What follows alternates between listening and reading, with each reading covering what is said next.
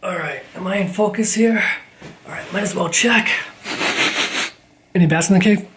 Any bats in the cave? Okay guys, so today's topic is why am I still vegan? So basically, to keep it really short and straightforward and basic, I'm still vegan for the same reasons that I went vegan in the first place, and nothing has changed, so I'm still vegan. And yeah, that's it. Thanks for watching this video, that's it, and I'll talk to you guys next time.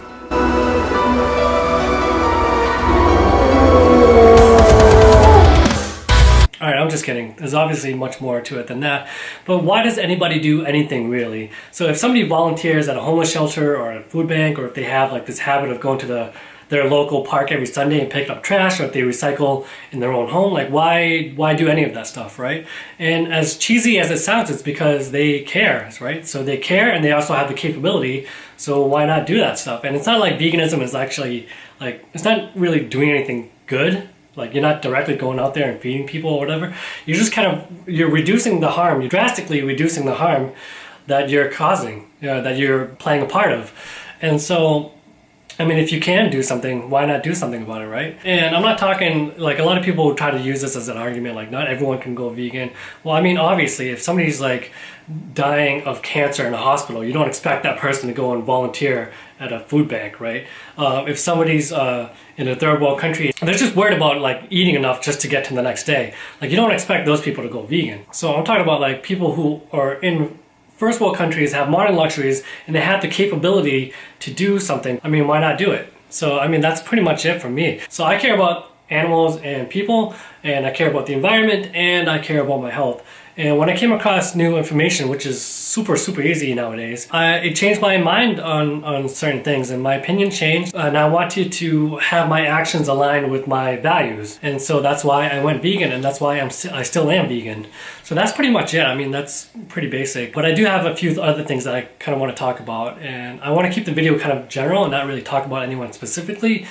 But yeah, when you go on YouTube or put yourself on a public platform, or just like in general really, you should expect to receive some criticism. Criticism is how we progress as a society, and there's different levels of criticism, and I'll go into that in a little bit. But I mean, for instance, like, there are people who think that biting off the foreskin of little babies is a good idea, or mutilating the genitals of young females is a good idea, or that eating dogs and cats is a good idea, or putting a blowtorch to a cat's face because the more pain they feel, the tastier they're gonna taste. You should question those things, and you don't not question it because you're scared of bullying that person. I mean, think about the victims here. We need to question things to decide, like, what's good and what's bad. So let's just make up a little silly scenario, just for an example. Like, if there was a gang and their lifestyle involved riding around on scooters and punching every 2-year-old they see, would you not question that? Would you not criticize that? Of course you would. Like, you wouldn't not criticize it because you're scared of like bullying these, like, scooter riding, baby punching people. There's good criticism, there's bad criticism. There's some people just hate just to hate. So some people troll just to troll, just to get attention. So you don't have to give them attention. Nobody's bullying you into doing anything. And there's good criticism from people who honestly care. So, for example, I'll give some example. I have a much smaller YouTube channel, but even still, like, I've had my fair share of criticism, both good and bad and weird stuff. Like, for instance, somebody, I forget who this person was, I hope they watch this video, but they commented and said that, hey, that cereal that you're eating is not vegan. And I didn't get offended by it. I was actually glad they brought it up, because, again, the reason I'm vegan is because I care, and I want to do the least harm that I can as much as possible. And so it's not a big deal to me. Like, I didn't get offended, like, oh, how dare you call me out on that. I just found another kind of cereal to eat. So, I mean, that person honestly cared, and they brought up the topic very kind of politely and everything. So I was grateful for that. Other criticisms can be meaningless, or just like random things, ad hominem attacks. Somebody, I don't think they were like meaning it so, like, kind of maliciously, but somebody commented on every single one of my videos to shave my mustache. But I have a scar right here, a really bad scar, and I don't want to do it. And so I don't have to listen to them. Nobody's forcing you to do anything. These are all just opinions and people just talking. It's really not a big deal. And then some criticisms come from just plain ignorance. So, for instance, people have criticized me for having rabbits before, I'm pretty sure they don't realize that house rabbits are different than wild rabbits, in the same way that house dogs are different than like coyotes. For the same reason that you wouldn't let a dog be out in the streets by himself or herself, it's the same reason that you wouldn't let a house rabbit be outside, because they're not gonna be able to survive on their own. So some comments come from ignorance, and the criticism that we should focus on is from people who actually have knowledge and they care. I mean, why? That's not bullying to me, you know? So I'm vegan, and I always will be vegan, and you guys can use this video as proof of whatever, I don't know. You use this against me in the future if I decide to do something stupid. But if for some reason I have some sort of health issue, well, first of all, I'm gonna seek help, right? And even with my small YouTube channel, I'm sure I can get some help. But say for some reason that, like, for some reason have to eat animal products, right? Well, again, because I care, I still wouldn't promote it, if that makes sense. Like, I would know that that situation is very specific to me, and so I wouldn't go out there and promote it and be like, oh, look at this cute little breakfast, it's so tasty and yummy, and then and then say a bunch of lies. So like even if I had to eat animal products, I would be just transparent about it. Be like, okay, for my situation, I have to eat animal products, but I do encourage everyone who can to go vegan and to stay vegan. Because think about it, if you're trying to do, a lot of these people will say like, oh, I'm trying to help out other people. Well, I mean, your situation is very specific to you. I think you're going to be helping the most amount of people and animals and the environment and everything if you still promote veganism. If you're really vegan to begin with, then you know how important veganism is. And so I would still, even if I wasn't vegan, I would still promote a vegan message because I know how important it is and because I care. But I mean, before even going there, I would try to find a vegan solution. And why would I do that? Again, it's because I care. And if I find something, then I would promote those vegan solutions. Yeah, and so I feel like not just only with the food choices that some people have been making, that it shows that they don't really they just honestly just don't care anymore. But it kind of shows when they make purchases that kind of don't really reflect the values that they once projected, like a wool rug. Like, what's your excuse for that? Like, you need it for vitamin D absorption or something? Like, that's just weird.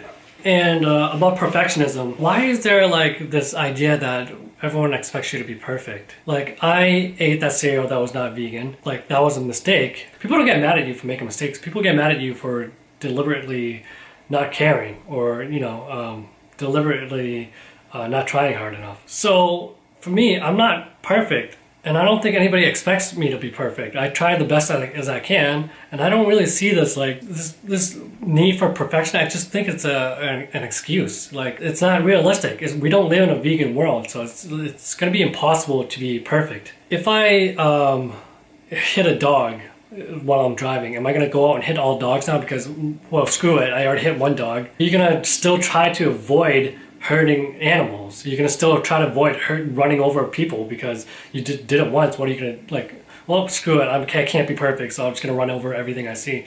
No, you still try because you care. So if I miss a gym session, am I gonna stop going to the gym now? Like, oh, I can't be perfect at the gym anyway, so I'm not gonna try. So I've made plenty of mistakes, and even just recently, really recently, within the past week or so, I ate chicken by accident.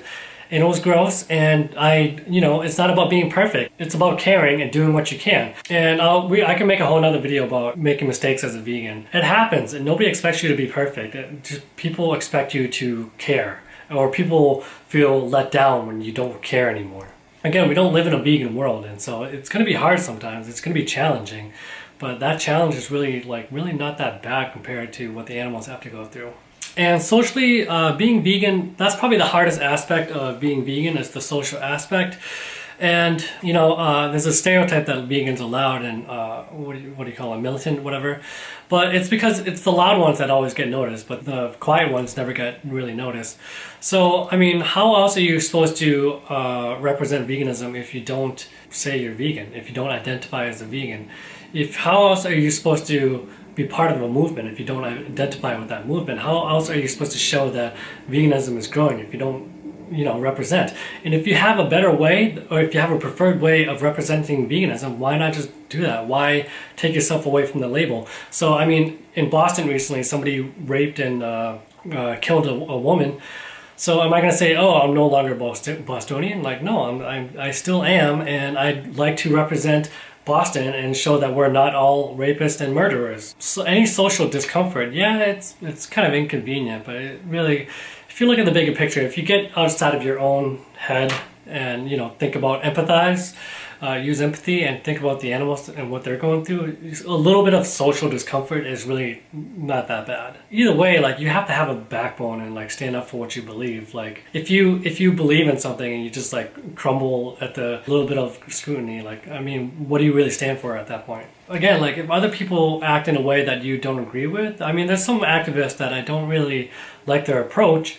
And so I'm just going to do things my way, and they don't represent everyone. So if you want to show that vegans can, you know, be cool and chill and like talk very logically and calm and collected, go and represent yourself, you know, represent veganism in your own way. You know, like, if somebody else is a bad apple, it doesn't affect what you should do or how you should identify yourself. Plenty of people hate Americans for this and that, but I'm still a US citizen and I'm happy to be here. And so it doesn't really, other people doing stupid shit doesn't really, you know, relate to me really. Yeah, this video kind of went on a little bit of a rant. It kind of went longer than I expected. So I don't know, just to wrap things up, I think just criticism is important, and I think it's also important to be kind. So if you have something to say to someone, you know, just say it in a constructive way. And I've made plenty of mistakes, and I really appreciate it when other people hold me up to the same standard that, you know, the standard that I, you know, say I have. If somebody points something out that helps me align better to my own values, then I would really appreciate that. But not everyone is like that. They only want to hear like nice things about themselves. But either way, I think it's more constructive if you're kind of more, if you don't attack them, because people just put up a wall when you attack them. And lastly, I think it's good these people are influencers, and I think it's good to follow a variety of good influencers, and, you know, you just get different perspectives, and that's always a good thing.